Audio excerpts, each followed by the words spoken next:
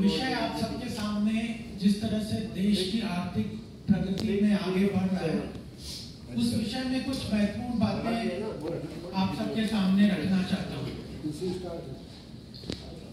भारत जो वर्तमान समय की सबसे महत्वपूर्ण अर्थव्यवस्था बनी हुई है, बहुत महत्वपूर्ण बात है कि ग्लोबल लेवल पे, वैश्विक स्तर पे भारत विश्व की सबसे महत्वपूर्ण अर्थव्यवस्था कंटिन्यूअसली बनी हुई है। और वह उस समय जब जियोपॉलिटिक्स और टैरिफ वॉर से अप्रभावित होते हुए ये अर्थव्यवस्था आगे बढ़ रही है।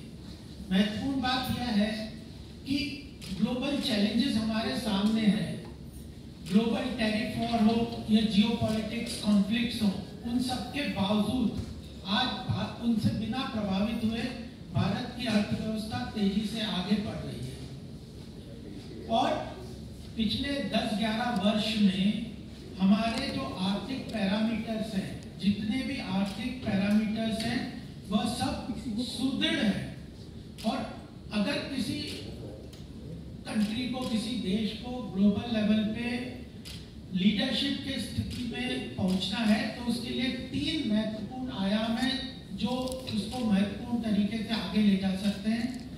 वह है robust economy, strong economy, strong defence and military capability and intense global engagement. अगर ये 3 चीजें किसी देश के प्रति पॉजिटिव है, तभी वो आज के समय में, आने वाले समय में ग्लोबल लीडरशिप अटेन कर सकता है। इन तीनों विषय में मैं कुछ मुद्दे आप सबके सामने संक्षिप्त में रखूंगा, जो कि अंडरलाइन करते हुए बताना चाहते हैं कि उन तीनों क्षेत्र में, आर्थिक महाशक्ति के रूप में, स्ट्रॉन्ग मिलिट्री डिफेंस के रूप में और जियोपॉलिटिकल एंगेजमेंट, अगर आप देखेंगे भारत का पिछले 10-11 वर्ष में तो महत्वपूर्ण तरीके से आगे बढ़ा है। इकोनॉमी को अगर हम देख लें तो सारे मैक्रो इकोनॉमिक पैरामीटर्स, इन्फ्लेशन जो है, महंगाई दर सबसे कम है।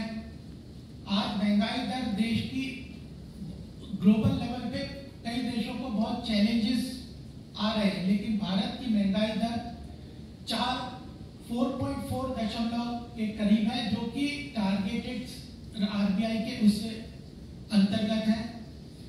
वित्तीय घाटा, आज मैं सवेरे ही देख रहा था कि यूएस अपने आप में वहां पे एक एडवाइजरी निकली है कि यूएस का वित्तीय घाटा इतना इस लेवल पे पहुंच गया है कि उसके लिए चिंता का विषय बना हुआ है। लेकिन भारत का फिस्कल कंसोलिडेशन पाथ, वह जो टारगेटेड रखा था भारत ने, उसके अंतर्गत उसी लेवल पे है और सरकार आने वाले समय में उस वित्तीय घाटे को कंट्रोल करते हुए आगे बढ़ेगी, इसके लिए कमिटेड है। फॉरेन एक्सचेंज रिजर्व्स आज हमारा $700 बिलियन के करीब पहुंच गया है। ये अपने आप में बहुत बड़ी स्ट्रेंथ है किसी की अर्थव्यवस्था के लिए।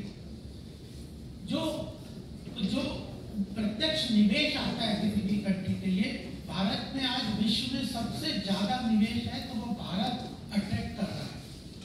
इंफ्रास्ट्रक्चर ग्रोथ देश का बहुत मजबूत है। हर वर्ष, पिछले वर्ष के बजट में भी लगभग 11,11,000 करोड़ का एक निवेश इंफ्रास्ट्रक्चर डेवलपमेंट के लिए सरकार कंटिन्यूअसली करती आ रही है और हर साल ये बढ़ रहा है। इसी के कारण हम देखते हैं कि सड़क है, रेल है, एयरवेज है, ब्रिजेस है, इन सब क्षेत्रों में बहुत अच्छा तरीके से देश की जो आधारभूत संरचना है वो मजबूत हो रही है।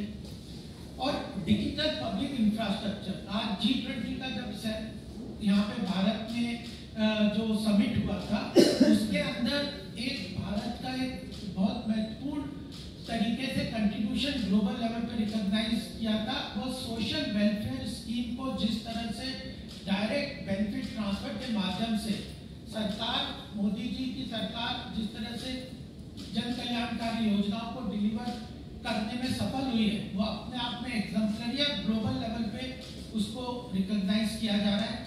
कैपिटल मार्केट हमारा, आज कई देशों में कैपिटल मार्केट मंदी की आड़ में अटका हुआ है, लेकिन हमारा कैपिटल मार्केट तेजी से आगे बढ़ रहा है। और अगर एक समय था 2014 के पहले अगर हम देखें तो पब्लिक सेक्टर अंडरटेकिंग्स को लायबिलिटी माना जाता था सरकार का, जितनी भी पब्लिक सेक्टर अंडरटेकिंग है उन सबका मार्केट परफॉर्मेंस देखें, उनका कैपेक्स इन्वेस्टमेंट देखें, उनकी प्रॉफिटेबिलिटी देखें, तो यह सब बहुत अच्छी तरह से स्ट्रक्चरली बहुत स्ट्रांग हो गई है।